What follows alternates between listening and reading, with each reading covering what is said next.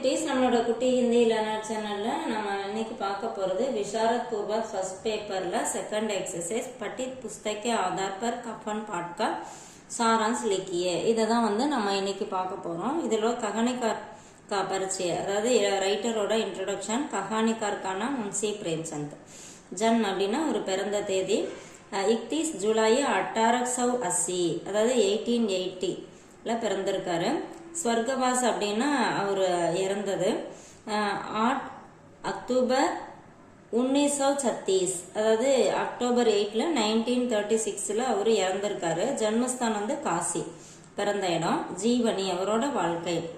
பச்பன் மே ஏ Dhanbad Rai K நாம் சே புகாரே ஜாத்தே தே, அதாவது குழந்தை பருவத்துல சின்ன பிள்ளையில அவர் வந்து தன்பத் ராய் அப்படின்னு சொல்லி கூப்பிட்டுருக்காங்க. சாச்சா இன்கோ நவாப் ராய் கே நாம் சே புகார்த்தே தே, அவரோட சித்தப்பா வந்து இவரை நவாப் ராய் அப்படின்னு சொல்லி கூப்பிட்டுருக்காரு. இன்கா ஜீவன் காஃபி சுக்மய நகி, அவரோட வாழ்க்கை வந்து ஹாப்பியா இல்லை. நகி ரஹா பச்பன் சே அந்தக் ஏ கஷ்டமே பீத்தே தே, அவரு சின்ன பிள்ளையில இருந்தே கடைசி வரைக்கும் அவரு கஷ்டத்திலேயே வாழ்ந்து வந்திருக்காரு. சாகித்ய பரிச்சை, அதாவது இலக்கியத்துல அவரோட அறிமுகம் என்ன அப்படின்னு சொல்லி கொடுத்திருக்காங்க. हिंदी साहित्य के कहानी सम्राट तथा उपन्यास सम्राट मुंशी प्रेमचंद पहले नवाब राय के नाम से उर्दू में लिखा करते थे. அதாவது ஹிந்தி இலக்கியத்துல ஒரு நாவல் அரசன் அப்படின்னு சொல்லக்கூடிய ஒரு முன்சி பிரேம்சந்த் வந்து ஃபர்ஸ்ட்ல நவாப் ராய் அப்படிங்கிற நேம்ல உருதுல எழுதியிருக்காரு. பாத்மே ஹிந்தி மே லிக்னே லகே, அதுக்கு பிறகு அது இதுல வந்து உருதுல எழுதினதுக்கு அப்புறம் ஹிந்தியில எழுத தொடங்கினார். 300 கஹானியா, அதாவது 300 கதைகள். 11 உபன்யாசம், அதாவது நாவல்கள் வந்து 11 நாவல்கள். ததா அந்நிய ரச்சனாயன் சே இன்ஹோனே சாகித்யக்கோ சஜாயதா, மற்ற படைப்புகள் மூலமா இலக்கியத்தை வந்து அவர் அலங்கரிச்சிருக்கார். அதாவது அவரோட படைப்புகள் இதெல்லாம் அப்படின்னு சொல்லி சொல்றாங்க. ரச்சனாயன், அதாவது இது மாதிரி இந்த விஷயங்கள் வந்து ஒரு நல்ல கதைகள், 300 கதைகள், அப்புறம் 11 நாவல்கள், இதெல்லாம் எழுதி படைப்புகளால இவர் வந்து இலக்கியத்தை பெருமைப்படுத்தியிருக்கார் அப்படின்னு சொல்லியிருக்காங்க. இது வந்து இவரோட படைப்புகளுக்கு எக்ஸாம்பிள் கொடுத்துருக்காங்க. இதில் பார்த்தீங்கன்னா நிர்மலா, கோதான், கபன், சங்கிராம், கர்பலா ஆதி பிரமுக் ரச்சனாயன். இதில் இவரோட முக்கியமான படைப்புகள் என்ன அப்படின்னு சொல்லி கீழே கொடுத்துருக்காங்க.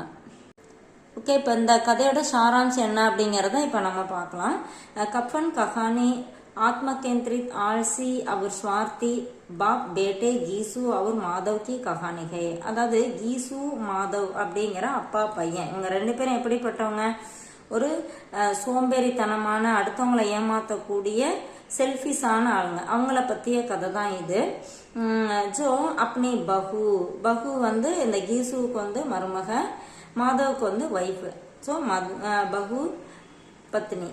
ரதியா கி பிரசவ வேதனா और मृत्यु को भी नजरअंदाज कर देते हैं, அதாவது இவங்க 2 பேரும் அந்த பொண்ணு பிரசவ வலியால இருக்கும்போது கூட அதை கண்டுக்காம இருக்காங்க. அந்த மாதிரி ஒரு கதை தான் இது. இப்ப ரதியா பத்தி நம்ம பார்க்கலாம். மாதவ் கி பத்னி ரதியா பிரசவ பீடாமே தடப் ரஹி. இந்த ரதியா வந்து பிரசவ வலியால துடிச்சிட்டு இருக்காங்க. விவாகோ ஏக் சால் ஹி ஹுவா தா, விவாக அந்த கல்யாணம் ஆகி 1 வருஷம் தான் ஆகுது. பர் இஸ் சோட்டே சமயமே உஸ்னே பகுத் துக் ஜெயிலி, அதாவது இந்த கொஞ்ச காலத்துல இந்த பொண்ணு வந்து அவங்க வீட்டுல வந்து ரொம்ப வேதனையை தான் அடைஞ்சாங்க, துக்கத்தை அடைஞ்சாங்க. உஸ்கே சசூர் கீசு, அதாவது இந்த பொண்ணோட மாமனார் கீசு, அவர் பத்தி அவங்க ஹஸ்பண்ட் வந்து மாதவ். தோனும் காம்சோர் அவர் ஆல்சித்தே, 2 பேர் ரொம்ப அடுத்தவங்கள்ட்டயே வேலை வாங்குறது, அந்த மாதிரி ஒரு ஏமாத்தக்கூடிய ஆளுங்கள், ரொம்ப சோம்பேறியான ஆளுங்க. दोनों मिलकर भी एक आदमी का काम नहीं कर पाते थे, 2 பேர் சேர்ந்து கூட ஒரு ஆள் செய்யற வேலையை செய்ய மாட்டாங்க. गांव में कोई उन पर भरोसा नहीं करता था, அந்த கிராமத்துல யாருமே இவங்க மேல ஒரு நம்பிக்கை வைக்கிறது இல்ல. रदिया को इस घर में आकर केवल कष्ट और உபேக்ஷா ஹி மிலி, இந்த பொண்ணுக்கு வந்து இந்த வீட்டுக்கு வந்து ரொம்ப கஷ்டமும் ஒரு ஏமாற்றமுமே, ஒரு உதாசீனப்படுத்துறது. அந்த பொண்ணு வந்து எதையுமே அவங்களோட பேச்சை எடுத்துக்கிறது இல்லை. அந்த மாதிரி ஒரு நிலைமை தான் அவங்களுக்கு கிடைச்சிச்சு. பரிஷ்ரமி ரதியா பஸ்தாத்தி, அதாவது இந்த உழைப்பாளியான இந்த ரதியாவோட கவலைக்கிடமான ஒரு நிலைமை எப்படி இருந்துச்சு அப்படின்னா, रदिया खेतों में मेहनत करती और दोनों बाप बेटे को खिलाती थी. இந்த பொண்ணு வந்து என்ன பண்றாங்க, ரொம்ப ஹார்ட் ஒர்க் பண்ணி இந்த தன்னோட ஹஸ்பண்டுக்கும் மாமனாருக்கும் இந்த அப்பாவுக்கும் பையனுக்கும் சாப்பாடு கொடுக்குறாங்க. உசே ஏக் ஹி மஸ்தூரி மே தோ காம் கர்னா படுத்தா தா. இந்த பொண்ணு வந்து இப்போ ஒரு நாளைக்கு வந்து ஒரு வேலை ஒரு டைம் வேலை செய்கிறாங்க அப்படின்னா 2 ஆள் வேலையே இவங்க ஒரே ஆளே செஞ்சு சம்பாதிக்கிறாங்க. அப்படி சம்பாதிக்க வேண்டியதாயிடுச்சு, ஏன்னா குடும்பத்தை காப்பாற்றுறதுக்காக. வகு கபி தக்தி நஹிந்தி அவர் சப்கா பேட் பால்தி தீ. அதாவது இவங்க வந்து எப்பயுமே டயர்ட் ஆகிறது இல்லை, எல்லாத்துக்கும் வந்து இவங்க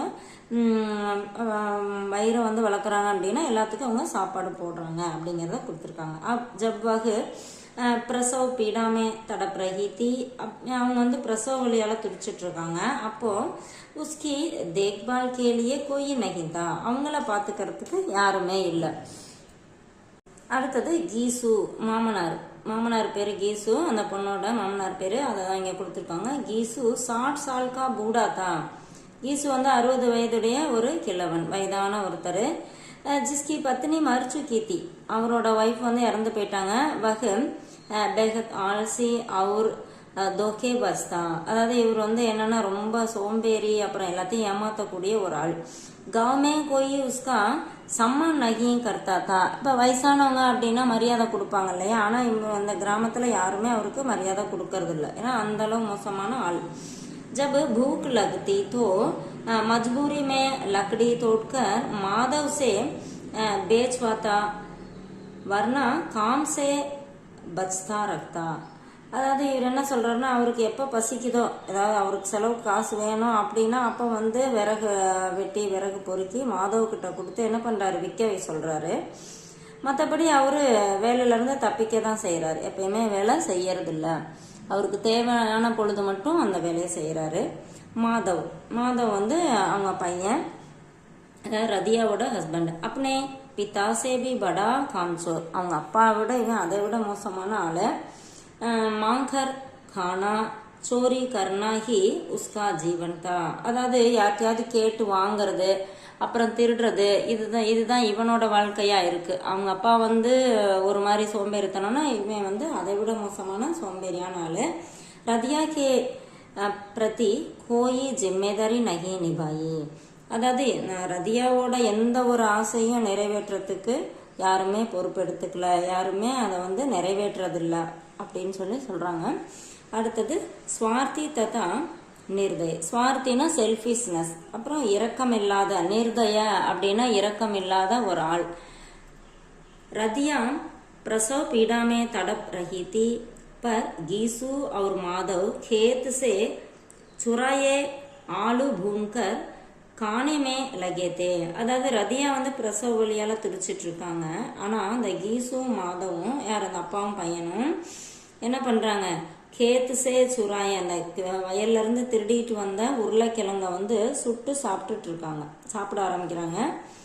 கீசுனே மாதவ் சே ரதியா கோ தேக்னே கோ கஹா. அதாவது அவங்க அப்பா வந்து அந்த பையன்கிட்ட சொல்றாரு, போ ரதியாவை போய் பாரு என்னாச்சுன்னு அப்படின்னு சொல்றாரு. லேக்கின் ஆலு சின் ஜானே கே டர் சே வஹ் நஹி கயா. ஆனா அவன் வந்து என்னன்னா, எங்க நம்மளோட உருளைக்கிழங்கையும் சேர்த்து அவர் சாப்பிட்டுருவாரு, அந்த எடுத்துட்டா என்ன பண்றது அப்படிங்கிற ஒரு பயத்துல உள்ள போகவே இல்லை. அந்த பொண்ணு என்ன பண்றாங்க அப்படிங்கறத பார்க்கவே இல்லை. रदिया दर्द से मर गई और दोनों पेट भरकर सो गए. ரதியா என்ன பண்றாங்க, பாவம் அந்த பொண்ணு வலியால துடிச்சு இறந்தே போயிடுறான். இவங்க ரெண்டு பேரும் நல்லா சாப்பிட்டுட்டு தூங்கிடுறாங்க. கஃபன், கஃபன் அப்படின்னா கோடி துணி அப்படின்னு சொல்லுவாங்க. இறந்ததுக்கு அப்புறம் ஒருத்தவங்களுக்கு மேலே வந்து போடுறாங்க இல்லையா, அதுதான் அந்த துணியை கஃபன் சொல்லுவாங்க. अगली सुबह रदिया की मृत्यु के बाद गीसू और माधव கஃபன் के लिए भीख मांगते हैं. அதாவது அடுத்த நாள் காலையில ரதியா வந்து இறந்து போனதுக்கு அப்புறம் என்ன பண்றாங்க, கீசுவும் மாதவும் அந்த கொடி துணி வாங்கறதுக்காக பிச்சை எடுக்கிறாங்க. எல்லாத்துட்டையும் போய் கேட்கறாங்க, என் ஒய்ஃபுக்கு வந்து இந்த மாதிரி துணி வாங்கணும், காசு கொடுங்க அப்படின்னு சொல்லி. गाँवों से कुछ पैसे और लकड़ी मिलती है. அதாவது இந்த கிராமத்துக்காரங்க இவங்களுக்காக இல்லைனா அந்த பொண்ணு பாவம் அப்படின்னு சொல்லிட்டு அவளுக்காக காசும் விறகு குச்சிகளும் கொடுக்குறாங்க.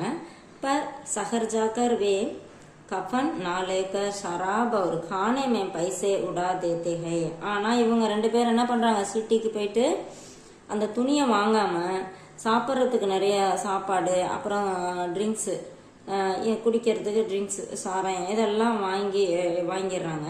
அந்தமே நசைமே சோர் ஹோக்கர் காத்தே நாச்தே கீர் படுத்தே ஹேம். கடைசியானா அது ரொம்ப போதை வந்து ரொம்ப அதிகமாகி போய் என்ன பண்ணுறாங்க, பாட்டு பாடுறது, டான்ஸ் ஆடி அப்படியே கீழே விழுந்துடுறாங்க. இப்போ வந்து நம்ம கஃபன் கதை பார்த்தோம், சாராம்ஸ் பார்த்தோம். இப்போ அதோட விசேஷதா, அதாவது சிறப்பு அம்சம் என்ன அப்படின்னு பார்க்கலாம். கதாவஸ்து அப்படின்னா கதை அம்சம். கஹானி ஸ்வார்த் அவர் மானவியதா கோ உஜாகர் கர்த்திகை. அதாவது இந்த கதை வந்து செல்ஃபிஸா இருக்கிறதையும், மானவியத்தா அப்படின்னா மனிதாபிமானம் இல்லாத, மானவியத்தானா மனிதாபிமானம், மானவியத்தானா மனிதாபம் இல்லாத அந்த விஷயத்தை இது வெளிப்படுத்தி காமிச்சிருக்கு. यह दिखाती है कि कैसे इंसान अपने लाभ के लिए मानवीय भावनाओं को भी कुचल कर सकता है. அதாவது எப்படி வந்து ஒரு மனுஷன் வந்து தன்னோட நலத்துக்காக ஒரு மனிதாபிமானத்தை கூட போட்டு நசுக்க முடியும் அப்படிங்கிறத இதுல வந்து சொல்லியிருக்காங்க. இப்போ இந்த கதையில வந்து பார்த்தீங்கன்னா அந்த பொண்ணு எவ்வளோ துடிச்சிட்டு இருக்கா, அப்போ கூட தன்னோட இது போயிடக்கூடாது, தனக்குன்னு இருக்கா அந்த உருளைக்கிழங்கு போயிடக்கூடாதுங்கிறனால தான் அவங்க ஹஸ்பண்டே உள்ள போகல. அப்போ வந்து அந்த மனிதாபிமானமே இல்லாமல் போயிடுது.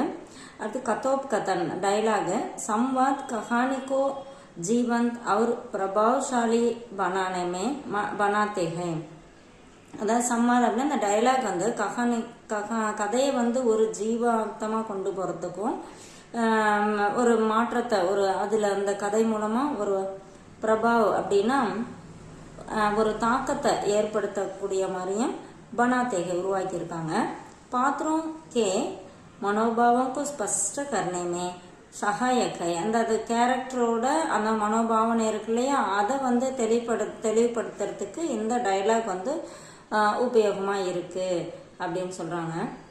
எக்ஸாம்பிள் பாருங்க. வஹ் வைகுண்ட் மே ஜாயேகி வைகுண்டுக்கு ராணி பனேகி. அது வந்து இது வைகுண்டத்துக்கு போயிடுவா, வைகுண்டத்தில் ராணி ஆயிடுவா அப்படிங்கிற மாதிரி ஒரு டைலாக் இங்கே கொடுத்துருக்காங்க. யஹ் சம்வாத் கட்டாக்ஸ் கே ரூப் மே பிரபாவ் சோட்டாகை. இந்த இது வந்து ஒரு கண்டனம் சொல்கிற மாதிரி, ஒரு விஷயத்தை வந்து அழுத்தி சொல்கிற மாதிரி இந்த டைலாக் வந்து கொடுத்துருக்காங்க அப்படின்னு சொல்லியிருக்காங்க. அடுத்து பாருங்க, உத்தேசிய அப்படின்னா நோக்கம். இந்த கதையோட நோக்கம் என்ன? கஹானிக்கா உத்தேசிய ஹை யஹ் திக்கானா கி ஸ்வார்த் மனுஷ்ய கித்தனா கிர் சக்தா ஹை. அதாவது ஸ்வார்த்தி அப்படின்னா சுயநலத்தால ஒரு மனுஷன் வந்து எவ்வளோ தூரம் இறங்கி கீழே போயிடுறான். அவர் நாரி கா தியாக் கிஸ் ஹத் தக் ஜா சக்தா ஹை. அதாவது பெண்ணோட ஒரு தியாகம் வந்து எவ்வளோ தூரம் வரைக்கும் போக முடியுது அப்படிங்கிறத இந்த கதையில சொல்லியிருக்காங்க. அடுத்து பாருங்க, பாஷா और சைலி. அந்த லாங்குவேஜும் சொல்லியிருக்க, அந்த ஸ்டைலும் எப்படி இருக்கு அப்படின்னா சரல், ஈஸியாகும். போல்சால் கி பாஷாமே கஹானி கஹி கை. அந்த பேச்சு மொழி இருக்கு இல்லையா, அந்த மாதிரி இந்த கதையை வந்து சொல்லியிருக்காங்க. பாத்திரம் और परिस्थितियों के अनुसार भाषा में बदलाव है. அதாவது அந்த கேரக்டருக்கு தகுந்த மாதிரியும் அந்த சூழ்நிலைக்கு தகுந்த மாதிரியும் அந்த லாங்குவேஜ் வந்து அது வித்தியாசப்படுத்தி கொடுத்துருக்காங்க அப்படின்னு சொல்றாங்க. அடுத்து शीर्षक டைட்டில். कफन शीर्षक अत्यंत उपयुक्त है क्योंकि यही उस अमानवीयता का प्रतीक है जो पात्रों के व्यवहार में ஜலக்தா ஹை. அதாவது இந்த கஃபன் அப்படிங்கிற அந்த சீர்ஷக் டைட்டில் வந்து ரொம்ப சிறப்பாக இருக்கு. ஏன் அப்படின்னா ஒரு மனிதாபிமானமே இல்லாத ஒரு தன்மை இருக்கு இல்லையா, அதுக்கு வந்து ரொம்ப அடையாளமாக இருக்கு இந்த டைட்டில். அதனால இந்த டைட்டில் வந்து ரொம்ப கரெக்டான டைட்டில் அப்படின்னு சொல்றாங்க. அந்த மனிதாபிமானம் இல்லாத ஒரு கேரக்டரை பற்றி இங்கே வெளிப்படுத்தியிருக்கு இந்த டைட்டில். பாத்திரேவம் சரித்திர சித்திரன், அது கேரக்டரும் அவங்கள சித்தரிக்கப்பட்ட விதமும் என்ன அப்படிங்கிறத கொடுத்துருக்காங்க. தீன் பாத்திர 3 கேரக்டர் இருக்காங்க. கீசு, மாதவ் और ரதியா. இவங்க 3 பேரும் தான் இதில் வர கேரக்டர்ஸ். பிரபாவசாலி ரூப்மே சித்திரத்திகை. அவங்களோட கேரக்டர் வந்து மற்றவங்களோட மனசில் தாக்கத்தை ஏற்படுத்துகிற மாதிரி கொடுத்துருக்காங்க. சப்சே ஸ்வபாவ் ஸ்பஷ்ட ரூப்ஸே உபர்கர் ஆத்தேகை. எல்லாத்தோட ஸ்வபாவம் அவங்களோட நேச்சர் வந்து ஒரு தெளிவான மெத்தடில் கொடுத்துருக்காங்க அப்படிங்கிறாங்க. வாத்தாவரம்னா அந்த சூழ்நிலை, என்ன மாதிரி சூழ்நிலையில் இந்த கதை இருக்குது அப்படிங்கிறது. கஹானிகா கிராமின் சாமாஜிக் வாத்தாவரன்கை. ஒரு சமுதாயத்தில் ஒரு கிராமத்தில் நடக்கக்கூடிய சூழ்நிலையை கொடுத்துருக்காங்க. ஜோ நிர்தனதா அசம்பேதன்சீல்தா और स्वार्थ की சச்சி ஜலக் திக்காத்தகை. இதில் வந்து ஒரு ரொம்ப பணக்கார ஆளுங்கள்ட்ட அந்த கதை இல்லை, ஒரு ஏழ்மையான வீட்டில் நடக்கக்கூடிய ஒரு வேதனையான விஷயங்கள், செல்ஃபிஷ்னஸ், இதெல்லாம் பற்றி நல்லா தெளிவாக வெளிப்படுத்தியிருக்கு இதில் அப்படின்னு சொல்கிறாங்க. இது கொஞ்சம் நான் ஷார்ட் பண்ணி கொடுத்துருக்கேன், உங்களுக்கு ரொம்ப யூஸ்ஃபுல்லாக இருக்குன்னு நினைக்கிறேன். தேங்க்யூ.